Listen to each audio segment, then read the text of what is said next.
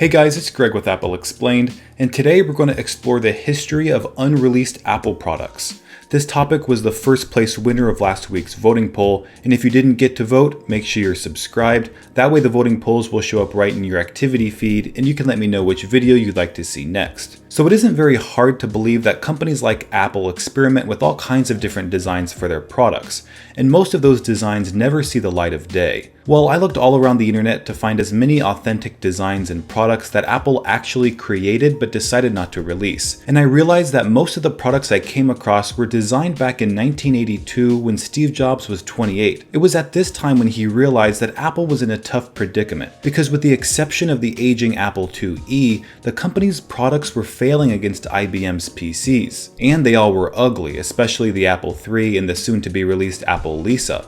So in this video, I don't want to just rattle off a list of different prototypes and product concepts that never entered production, but I want to tell the story of this interesting period in Apple's history where design became the company's top priority. And it wasn't just a simple matter of designing better computers. It was about creating a design language for Apple to unify their products and compete with bigger companies like IBM and Sony. It was during this period that Apple experimented heavily with their potential design direction, and this exploration resulted in numerous concept designs and concept products that, while never released, helped shape the future of Apple. So back in 1982, the company's previous CEO, Michael Scott, had created different business divisions for each product line, including accessories like monitors and memory drives. Each division had its own head of design and developed its product line any way it wanted to. As a result, Apple's products didn't share a common design language and didn't appear very unified. So Jobs figured that bad design was a byproduct and contributing factor of Apple's corporate mismanagement. And it was out of his desire to end this fragmented approach that gave birth to a strategic design project that would revolutionize Apple's brand and product lines, change the trajectory of the company's future, and eventually redefine the way the world thinks about and uses consumer electronics. The idea for the project was inspired by the work of the Richardson Smith design agency for Xerox, where the designers collaborated with multiple divisions within Xerox to create a single united design language that the company could implement throughout all its products. Jerry Manock, the designer of the Apple II and head of design in Apple's Macintosh division, and Rob Gamel, head of design in the Apple II division, created a plan in which they would invite global designers to Apple headquarters and, after interviewing all of them, stage a competition between the top two candidates. Apple would choose a final winner and then use that design as the framework for its new design language. But no one knew at the time that they were in the process of transforming Apple into a company whose design-based strategy and innovation over money approach would make it a global success. Now, the group who ended up winning the competition was called Frog Design, led by Harmut Esslinger, and we're going to cover the different desktop concepts they offered Apple that eventually led to their partnership with the company. Each design prototype they worked on started with research to discover what already existed and to explore the possibilities of what could exist. When they launched the Snow White project, computers offered very little in the way of design, but their technologies were advancing rapidly. Performance was growing, physical sizes were shrinking, and thanks to professional pricing versus consumer pricing, profit margins were still healthy. Personal computers were in their infancy, and Apple had an edge with its use of Xerox PARC's bitmap user interface, which appealed to everybody, not just professional computer users.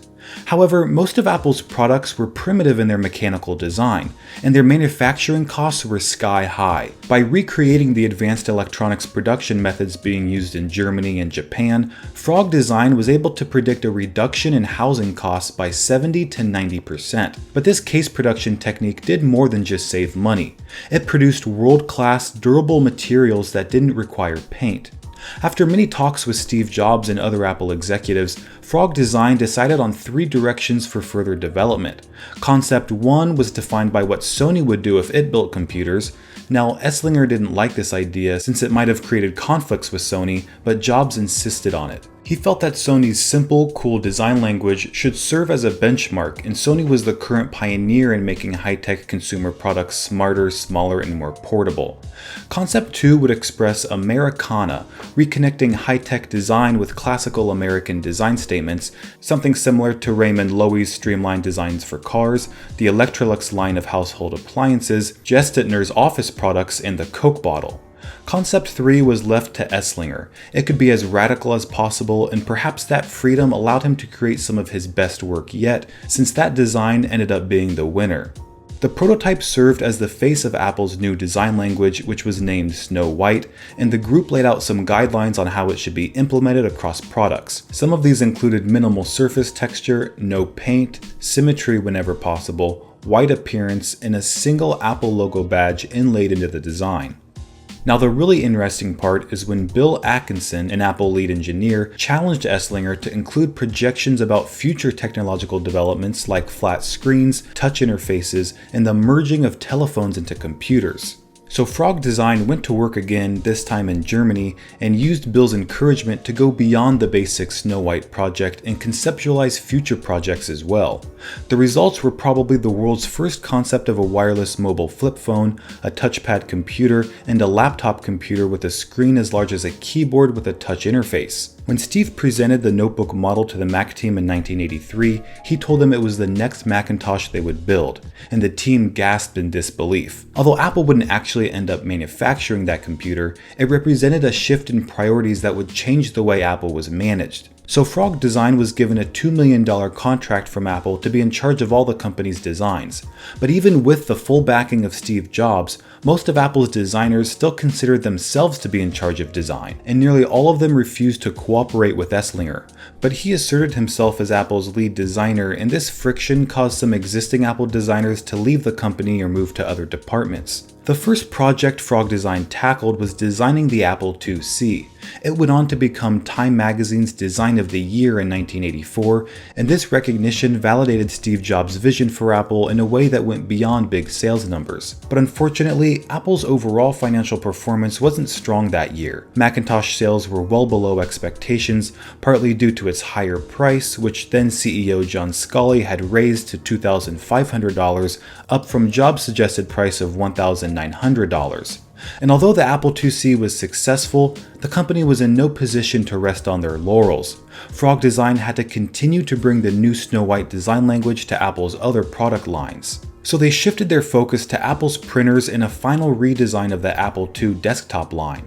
In close collaboration with Canon, they launched a major innovation breakthrough with the LaserWriter, and its improvements went beyond a simple redesign. To get away from the ugly dot matrix printing that was accepted at the time, Steve licensed typesetting quality type styles from the Berthold type foundry in Berlin. Apple's developer improved anti-alias technology so much that the PostScript programming became the new standard of desktop publishing. As Frog moved more deeply into Apple's future product development, they felt that the Snow White design language was a bit too soft and a bit too complex in its details. To make the design more competitive, they sharpened the details and extended its application beyond computers to smaller products and new technologies. And just like automobile manufacturers showed off concept cars, Frog Design created concept products like telephones, TV connectable Macs, music players, and video players.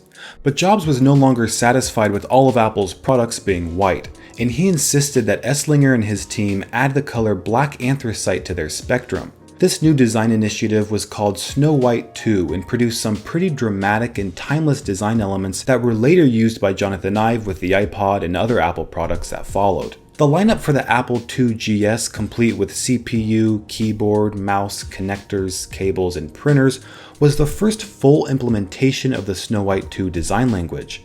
Unfortunately, these were the last products in the life of the Apple II line, but their great economic success was vital for Apple since the Macintosh didn't sell well enough to carry the company.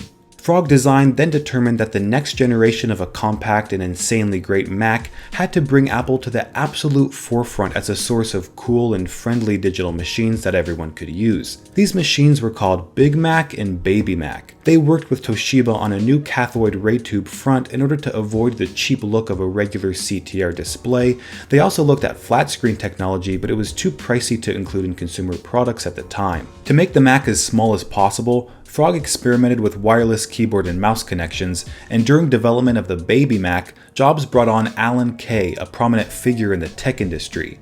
Given the great progress Apple was making with both their software team and Susan Kerr's work on the user interface, Frog Design felt that the Baby Mac would become one of the greatest products ever made. But plans to release the product came to an end when Jobs lost a power struggle to John Scully and was kicked out of Apple.